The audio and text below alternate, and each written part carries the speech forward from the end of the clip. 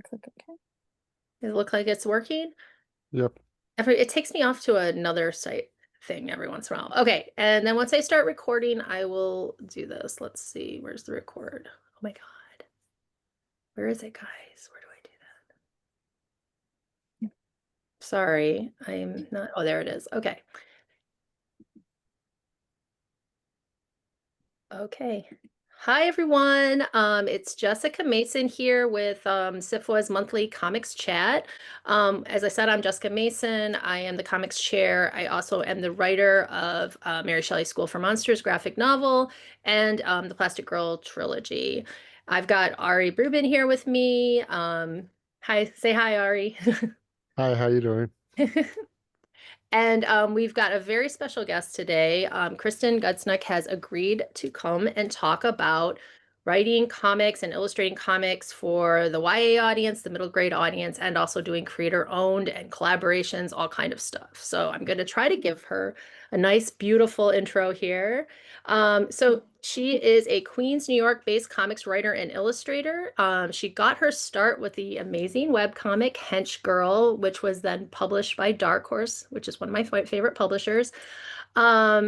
I would say she has dazzled readers with her scholastic graphics book series, graphic novel series, Making Friends. I know she got my daughter.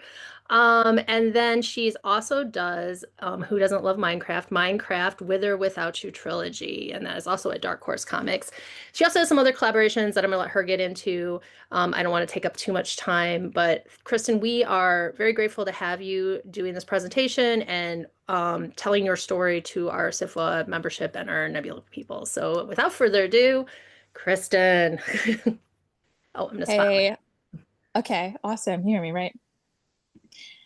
And um, so I'll tell you a little bit about how I broke into comics. I started out, I just always really liked writing, and actually I always really liked drawing and painting, and honestly, music, movies. I like all the arts things, but I was like, comics are like a movie that you get to make completely on your own. You could like, it's like imagine you can make a movie while like sitting on the couch and not interacting with people. That's comics. So, and I feel like when I was younger, I was like, I would always want to draw something and I could never think of what to do. And I would always just default to drawing like a sad looking girl in like a field. And I was like, comics are great because you never, once you have an idea, suddenly there's at least like 100 drawings that you have to do. So you're suddenly really behind and there's tons of like content for you to make. So you don't have to think about what to do. You just have your story and you bring it to fruition, like bit by bit. So like I always felt like comics was perfect for me because I'm kind of more like introverted, more indoorsy, and I love storytelling. What happened was I would draw comics like in class when I was in school and stuff, and I would like give them to my friends, like little gag comics. And actually, my friends really liked reading them, and I thought that was cool. It's like I had a little readership, but then I stopped doing them for a while. Um, and basically, I had like this on and off thing with comics. And actually, I remember I bought this necklace on the beach once that had like a rune on it, and it was like, it's a wishing rune. And I made a wish on it to become a professional comics creator. And then they were like, wear it until the wish comes true. And I cut it off because I was like, it'll never happen. And then it actually did happen, which was really weird. I was like, I guess the wishing rune really worked. Super random. But the other random thing is that I was working for Random House after college. I was working there at Vintage Anchor, which is like their imprint for like Knopf. But I was like kind of just not doing very creative work.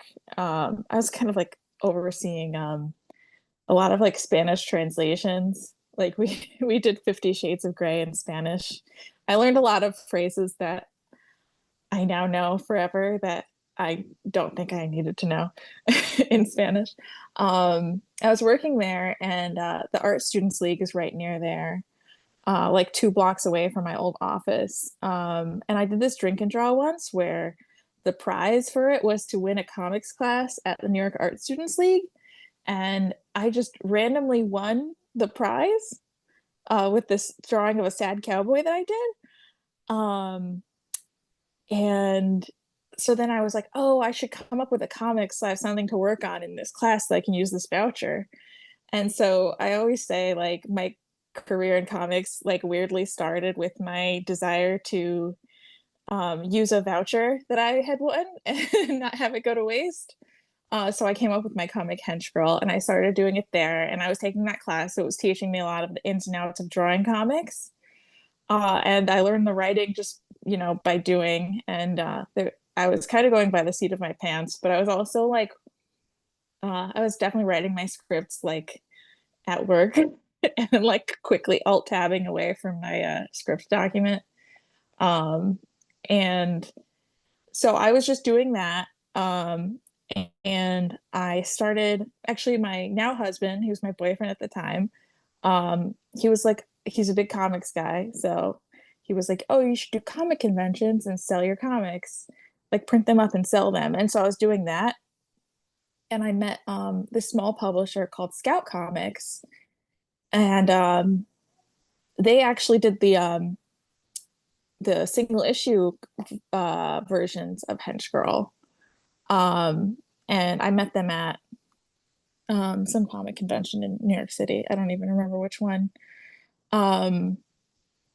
But then what happened was I was still working at Random House, and it was that someone randomly message someone randomly posted on Facebook saying, I have a table for New York Comic Con artist alley. Does anyone want to split it with me? And they posted on like Facebook, and my husband saw it and was like, oh, Kristen, here. And so I randomly got into Comic Con because that's the main problem with things like Comic Con, because it's so great for networking. If you're an artist or a writer, it's so great to be an artist alley because the editors walk through and you're like meat on display. You're like, look at my stuff, please select me, make my career happen. But honestly, and here's the problem, if you get a pro pass, sometimes you'll have a good conversation with someone and maybe you'll get a good networking opportunity, but so much of the networking is from someone else coming up, seeing what you've made already, coming up to you, because people like to feel like they've picked someone out, not the other way around. That's my take, at least, because yeah, anyways, it's hard to get a table, but I just randomly did. And that's where I made most of my networking connects have been at Comic-Con. So that first year I met someone from Little Brown who hired me to do illustrations for this middle grade series called VIP that was to give you an idea of how long ago this was. It was honing in on the popularity of One Direction. And so I got this gig illustrating this series, and I also met Dark Horse, and at some point, I don't know, time is a little wonky, but I met them, and they wanted to do the trade of Henchgirl. And yeah, so honestly, there are always networking events and everything, and that's a great way to meet people. But for me, I've met 99% of my contacts honestly, through Reed Pop Shows, which is the company that does New York Comic Con, C2E2, Emerald City Comic Con, those shows. They don't actually do San Diego, and I've never done San Diego. I really want to, but I'm an East Coaster. My sister lives in Seattle, so I'm constantly at the Seattle shows. But other than that, it's just hard to get over there. But so what happened was, yeah, I met Scholastic at Emerald City Comic Con a long time ago. One of the editors came up to me and was like, oh, Henchgirl, that looks cool. And I was like, oh, it's not for kids. It's very dark and gritty. And he was like, well, if you have any ideas, here's my card. And so then I thought of my comic series, Making Friends, because I was trying to think of something I could do for them. And then I got in contact with him after like I don't know, a year or so, and I sent him my pitch, and he really liked it. And they just picked up my book. Um, they picked up as a two-book thing. It was interesting. I was very new to the game, so I didn't know how long it would take to make a graphic novel because previously all my stuff had just been, I was doing as a web comic at first, so it was like a page at a time, like 2 pages a week versus having to just like churn through lots and lots of pages at once and doing everything like doing. So I used to just do one page from pencils to colors, have it finished, and then move on to the next page. And then suddenly I was doing, let's just do all the layouts, all the pencils, inks, colors. So it was very piecemeal. And that is like, there's something very satisfying about doing a whole page all at once that I don't have anymore. And I really miss that part of webcomics.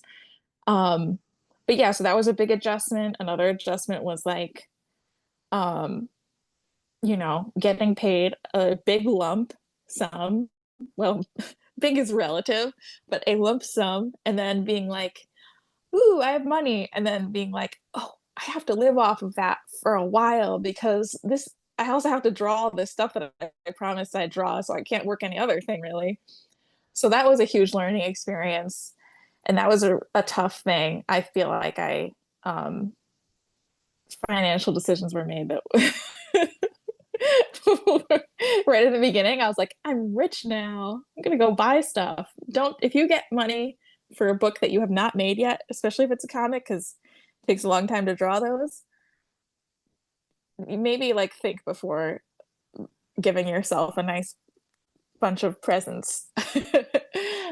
Just some advice from a ghost of Christmas yet to come. So yeah, so I worked with Scholastic. The first few two Making Friends books did really well. So they picked it up for two more. At that point, I was also, so my editor from Henchgirl at Dark Horse uh, was also the editor for the Minecraft books. And she was like, hey, do you like Minecraft? I was like, I could. So it was great experience. I got to, play video games for work. And also I was like, it's the one like, I don't know, like IP that I felt like would be good for me to do because it's very open-ended versus like having to learn all the lore of something is overwhelming for me. I'm very much like a write your own thing and don't don't do research kind of thing. That's like my vibe. That's why I always set things in fictionalized versions of the real world because that way I don't have to research, among other reasons. Uh, so yeah, so then I was doing Minecraft and making friends at the same time. I did get a little burnt out doing that, for sure. And along the way, I also did this comic called Modern Fantasy, which was another really fun Dark Horse comic that was like kind of like the title suggests. It was like an urban fantasy comic that was like an adventure, sort of D&D inspired. And that was a collaboration with the writer Rafa Roberts. And that was like a 4-issue mini series. And I also I illustrated this graphic novel, part of one. It was we had to get it out really fast, so they used a bunch of different artists. It was an interesting experience working like that. But I did it with Emily Hampshire, who plays Stevie on of the project, and that was really cool because she was very hands-on and like really cool to work with. And along the way, I definitely learned a lot about making comics. I played with different styles, and now I'm working on a new mini series from Dark Horse that's going to be really cool, and it's going to be out in TBD. um, yeah. Okay. Yeah. All right. Well, that was like I'm coming in now. Well, no, that was a great overview of all the things that you've done and what you learned from them. One thing, just because SFWA so far is a very writer-forward organization, like you have had the experience of doing creator-owned, you've had the experience of writing a book as the illustrator and the writer for a publisher. You've also had the experience of working with a writer. I guess just to get us started on questions, like what what do you enjoy and what do you appreciate when you work with a writer, versus just doing it all by yourself? Like what are the pros of working with a writer? What are some of the best attributes a writer can have when they work with an illustrator? Because I think some of our membership can be kind of new at it, and that would be helpful, like from an illustrator's point of view as well. Oh yeah, definitely. Yeah, that's a good question. Well, first of all, well, because it's hard to split it because I'm also a writer. So for me, the hugest thing of working with writers was seeing how they approach writing something. Because I always just write stream of consciousness, Well, I have an outline in mind, but I always just like, well, let's see how long the scene goes on for. And then we'll figure it out as we go. Like, they're like, page count. And I'm like, I have no clue. Let's just see where it ends up. Like, how long will this scene be? I don't know. I might have to have a running gag thing that I don't know. And then when I was working with Rafer, I was like, oh, he plans out what happens on the page first. And then he writes in the dialogue and the panels, which was so interesting because I basically copied that because now that's how I'm able to more or less, well, at least at parts where I'm like, oh, this might end up getting a little dicey. I'll just block out pages. So first of all, to think about um, how you're pacing each page. Don't think about, because like when you're writing a book, it's very different because it is like what I'm describing, where it's like, oh, you just write it and see where it ends up. But with comics, especially single issue comics, they generally, you want to hit certain page numbers. Like you want to have 22 to 24 pages per issue. Or if it's a graphic novel, it's a little looser, but you want it to be in signatures of 16. And it's not like with traditional books where like the typeface will determine that. It's like you determine that. So you want to keep that in mind. Another thing to keep in mind as a writer who is kind of your artist is to think about how many panels you're doing and think about what's happening in the panel, because you're not just writing what happens and you're not just plotting out the story and the dialogue. You're also, in a way, you're directing a movie. Like I said before, it's a lot like making a movie, because if you're like, because like sometimes you'll not think about it completely and you're like, oh yeah, panel one, she hands the can of soda to Galorby and closes the door while he does this thing, and you're like, oh, actually that has to be like 3 panels because of the amount of actions that I'm showing. So think about, like, you have to really exercise the visual part of your brain in thinking about what is happening. And I mean, I always have it happen where I want to like squeeze as much as I can into a thing because I just, that's how my brain works. But you want to, if you're like that, you want to tone that back, because you want to be able to leave room for your artist to like focus in on what's important in the panel. So if you have like 5 things happening in a panel, it's going to muddle the image and it's going to make it difficult for the readers, because comics is more of a visual medium. You want to think about how to make it as like straightforward and clear as possible. Another thing is I usually say like don't put more than 1 sentence, 2 if they're short per word balloon, and don't put like more than like 2 or 3 tops. Just keep it to like 1 or 2 people talking per panel. Or if it's more, have fewer panels on that page. Because I think we all have had that experience of like, for instance, like looking at an old comic and being like, oh, there is way too much text here and it doesn't really feel that important. So like pare it down to the bare minimum that you need while still maintaining your voice. If there's something that can be shown just visually, just show it visually and have trust in your readers, because no one likes unless it's an Alan Moore comic, in that case, you're like, fine, I'll read your wall of text because you're Alan Moore. Most times people don't want to read a giant wall of text when they're reading a comic.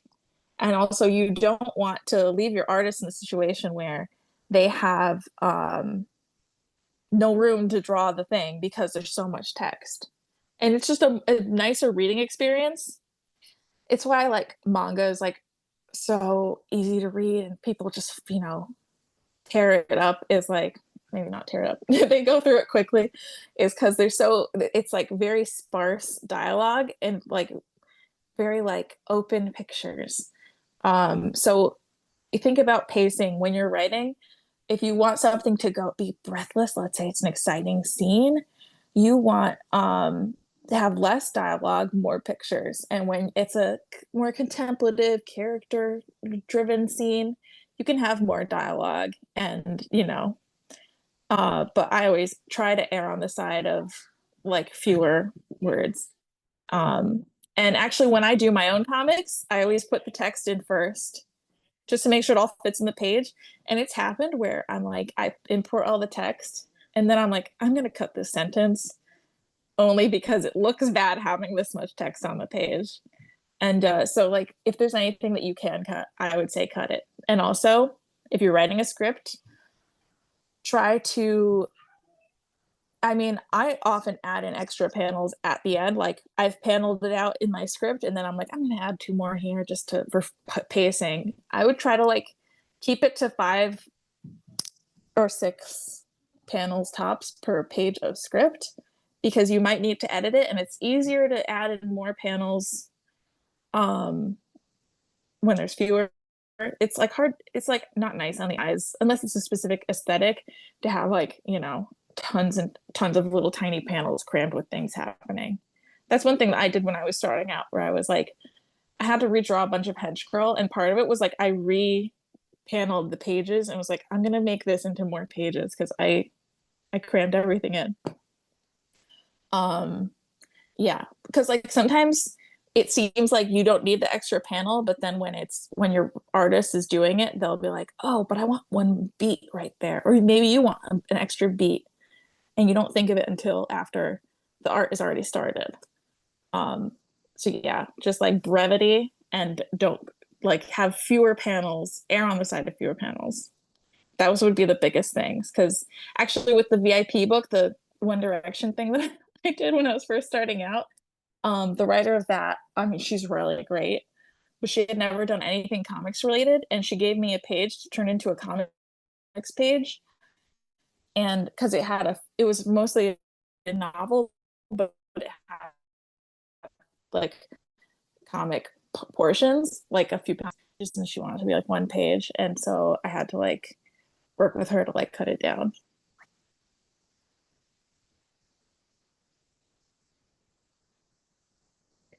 So does anyone else have a question that they want to give Kristen? Or I can ask more, but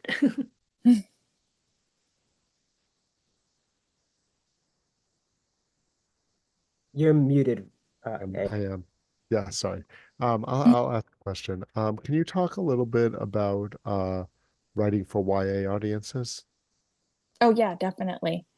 um well, I've done a mix of middle grade and YA, and I think my series Making Friends kind of straddles the line, and my book Henchgirls sold as YA.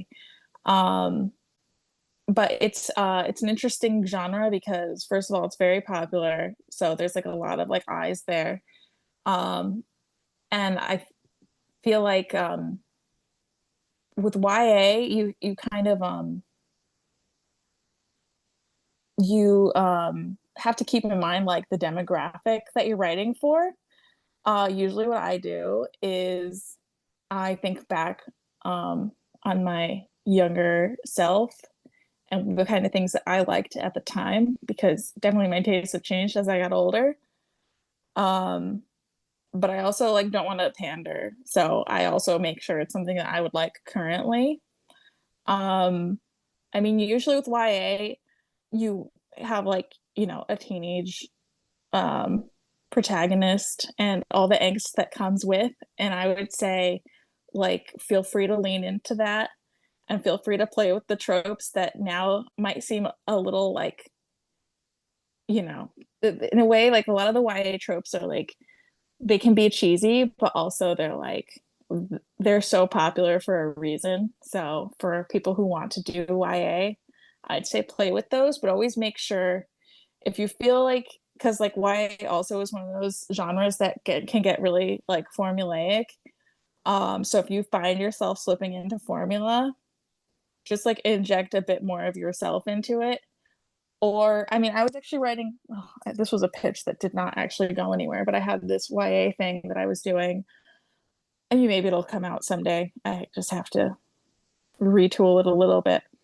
But I had this sort of like a dystopian YA graphic novel that I pitched it. Well, I pitched it to Scholastic. They want Scholastic wants more contemporary realism, less genre YA. And actually, side note, there's like a lot of like sci-fi in the Making Friends series, but it's definitely the author's love of the genre and not the publisher necessarily wanted sci-fi in there. But I did this thing where I was like, instead of having the YA protagonist making, the generic right decisions that the character's going to make because they're a protagonist, I was like, what if she made like horrible decisions? Like certain people. And that was like a fun jumping off point to keep it from being too similar to like the things that I was sort of doing a pastiche of.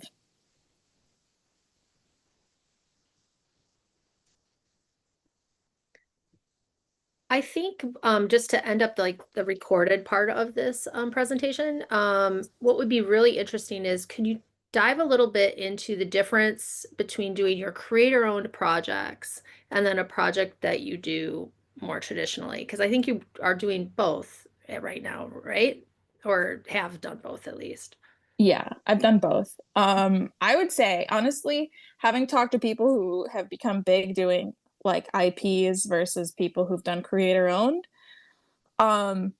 there's an interesting like financial difference between the two in that I feel like upfront you make more money from doing an IP because there's just more, obviously there's more readership there. If you're doing, I don't know, like Star Wars comic, you're going to make a bunch of money right then. But then in the future, they can take those ideas from you and not pay you. They can take, if you're an artist, they can take your art and use it for a poster and not pay you because they own the art. Versus creator owned is like, it's kind of like planting seeds for tomorrow. I mean, a lot of creator owned stuff doesn't end up like becoming profitable, but if it does, then it can pay its way for like a long time. So, like creator owned, I would always advocate for doing create. I mean, if you can just take what you can get, like if you're getting offered like an IP book to write, do it. But if you're thinking about like longevity, like make sure that there's your own stuff out there too that you own because that way if someone wants, I mean, it's happened to me multiple times getting offered then lapsing, but every time that you get if you own your work, if it gets optioned, they pay you, and that's nothing to sneeze at. And also you get credited because so many times, I mean, it's constantly happening whenever there's like a superhero movie or whatever where they're like, oh, I don't know, so and so created this character and they're like, you know, got nothing from this. So to like protect yourself from that, just like, well, first of all, like look at your if you are getting a contract, look at it closely. Get a contract lawyer because usually it's not too expensive, and it's definitely worth your time just to make sure you're not getting screwed over. And so I did something where I signed the media rights away, like because the company had a media division. So in that case, I thought I still think it's a good idea that I did that. I mean, you never know. Like, I'm not psychic, but I thought I like weighed the pros and cons, and I was like, okay, I'll give them the like part of the media rights, because this way they have a vested interest in getting it turned into something too. They'll keep shopping it around, they'll keep trying to turn it into something. So you want to maintain your media rights if you have a creator-owned thing.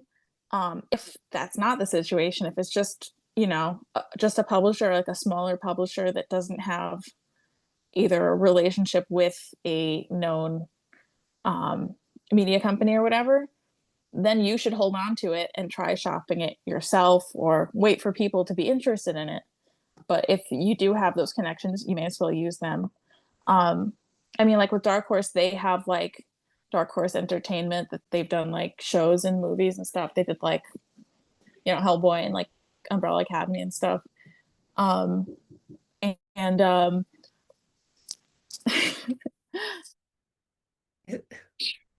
sorry, I'm like in someone. But yeah, so like I would say like working with them, that's kind of like I would definitely give like them my um uh Well, we can, well, you know what? We can stop there for right now. But Kristen, can you let everyone know? Thank you so much for all your insight into that. Can you let everyone know where to find you and to find your work, before we stop the recording? oh sure, yeah. Okay, here, I'll just finish my thought. I'm sorry, I thought you were, but then I am in a spare room here at a family friend's house, and then someone came in and got their bag, and my brain went totally blank. But yeah, so just like think about who you're working with, and do the rights in that way. And honestly, I'd say take whatever opportunities you can, and don't wait for an offer. Just like if you don't have an offer for something, just make your own thing. If you want to make comics and you don't have an artist, just hire someone to do 5 pages of a spec, because that's all you need. You just need a good pitch, sample pages. Usually you don't need more than 5 consecutive sample pages. So you don't need to have like the whole comic done, because the publisher will pick up the book and they'll pay you both. And that way, out of pocket, I mean, usually something like $200 a page, usually for an artist. That's if they're like newish or, I don't know. Obviously, if it's a bigger name person, they're going to be more. But if you really lowball someone, you're going to get like not as good work. If you don't have much money, I would say go look at the people who've just graduated from various art schools and see if anyone's style like goes with your vibe. Message people on like Blue Sky, Twitter, Instagram. That's a great way of finding people, is like look for like artists seeking work, or like portfolios. There's like portfolio day. That's a great way to find people.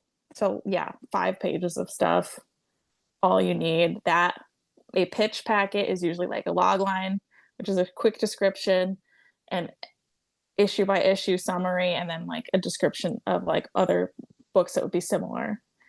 But yeah, okay. I just had to get that out of the way because I feel like that's the most important thing. It's like how to pitch.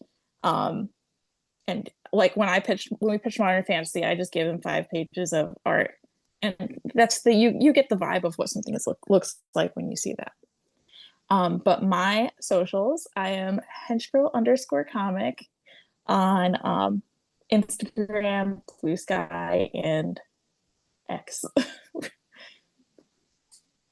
Okay, I'm gonna stop the stream, but we're gonna keep asking some questions offline. So give me 1 second.